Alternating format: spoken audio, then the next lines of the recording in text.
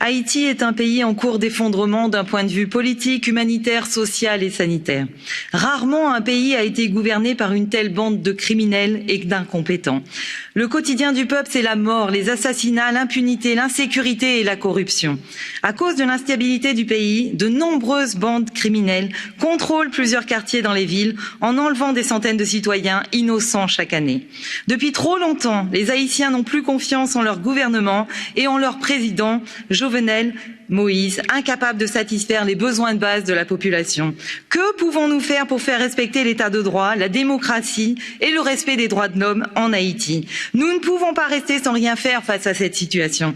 En restant trop discrète face au maintien au pouvoir du président Moïse, la communauté internationale se fait complice d'un pouvoir autoritaire qui génère pauvreté, violence des gangs et insécurité alimentaire.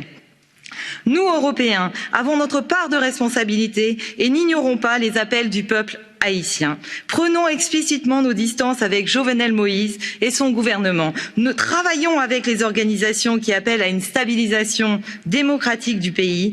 Cette résolution est significative étant donné l'échéance imminente du référendum constitutionnel du 27 juin.